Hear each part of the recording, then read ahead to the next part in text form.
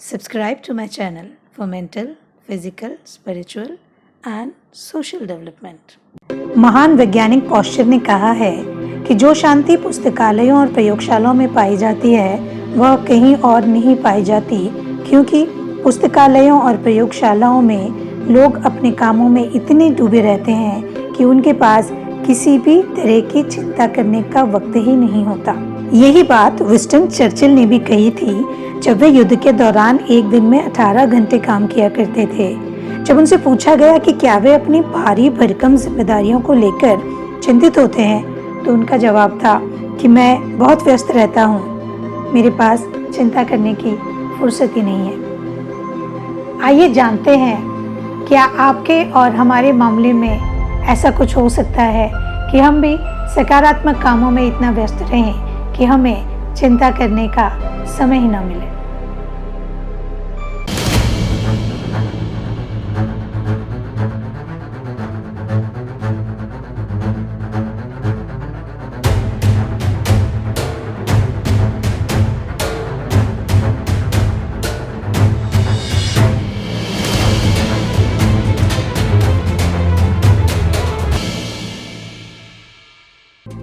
चिंता छोड़ो सुख से जियो के अध्याय 6 में आज बात करेंगे कि चिंता को अपने दिमाग से बाहर कैसे निकालें। सबसे पहला सवाल ये उठता है कि व्यस्त रहने जैसे सामान्य से काम से हमारी चिंता क्यों दूर हो जाती है।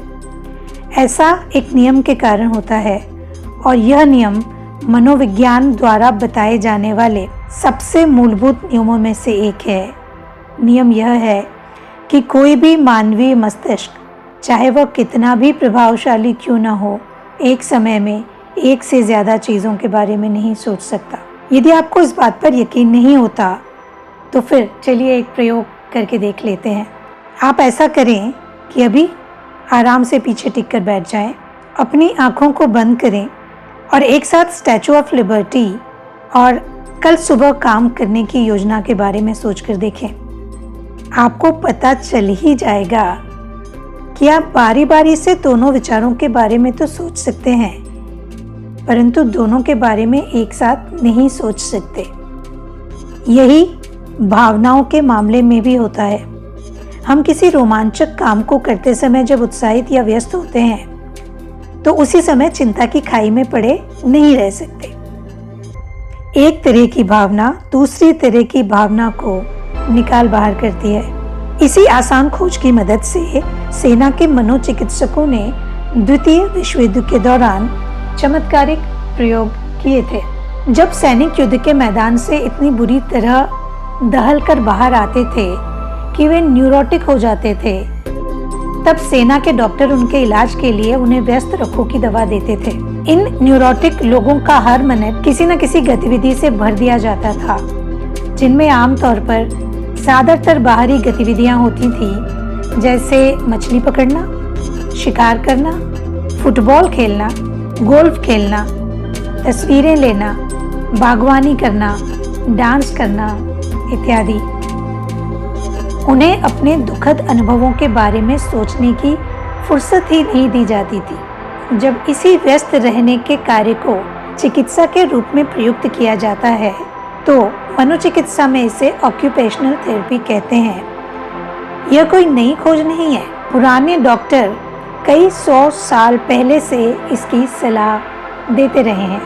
यदि हम अपने बारे में सोचें तो हमें से ज़्यादातर को अपने आप को काम में झोंकने में दिन के समय तो मुश्किल नहीं होती, लेकिन काम खत्म करने के बाद के घंटे सचमुच खतरनाक होते हैं। जब हम खाली समय का आनंद लेने के लिए मुक्त होते हैं और जिस समय हमें सबसे सुखी होना चाहिए, तभी चिंता के राक्षस हमें सताने लगते हैं। हम ये सोचना शुरू करते हैं कि जीवन में हम कहाँ जा रहे हैं, सही जा रहे हैं, क्या कर रहे हैं, क्या नहीं कर रहे हैं। ऐसे समय में आपकी कल्पना शक्ति बदहवास होकर भाग सकती है, तरह तरह की मूर्खतापूर्ण संभावनाओं को सामने ला सकती है और हर छोटी सी गलती को भी बढ़ा चढ़ाकर दिखा सकती है। ऐसे समय में आपका मस्तिष्क उस मोटर की तरह होता है जो खाली चल रही है, और जब यह इस तरह सर पर दौड़ती है तो इसके बियरिंग जलने का खतरा रहता है या इसके टुकड़े टुकड़े होने की भी आशंका रहती है। इससे बचने का एकमात्र इलाज है किसी रचनात्मक काम में पूरी तरह से लग जाना। जॉर्ज बर्नार्ड शॉ सच ही कहते थे कि दुखी होने का रहस्य यह है कि आपके पास यह चिंता करने की फुर्सत ही न हो कि आप सुखी हैं या नहीं। साथियों, इस बारे में चिंता करने की झंझट ही न पालें। अपने हाथों की ऊर्जा पर विश्वास करें, कमर कसें और व्यस्त हो जाएं। आपका खून तेजी से बहने लगेगा, आपका दिमाग तेजी से काम करने लगेगा और जल्दी ही आपके शरीर में जीवन का यह सकारात्मक प्रवाह आपके मस्तिष्क से चिंता को बाहर निकाल देगा। चिंता का इलाज करने के लिए दुनिया में इससे सस्ती और अच्छी दवा दूसरी नहीं है। आप किसी सकारात्मक काम में व्यस्त हो जाएं।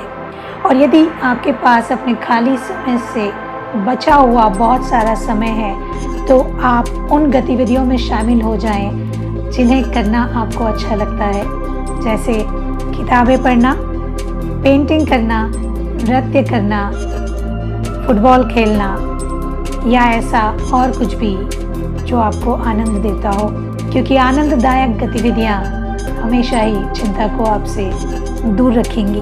बात को समझें, व्यस्तता के तरीके ढूंढें और चिंता को अपने दिमाग से निकाल बाहर करें। चिंता छोड़ो, सुख से जियो के अगले अध्याय में आपसे फिर मुलाकात होगी। तब तक के लिए अपना ख्याल रखिएगा।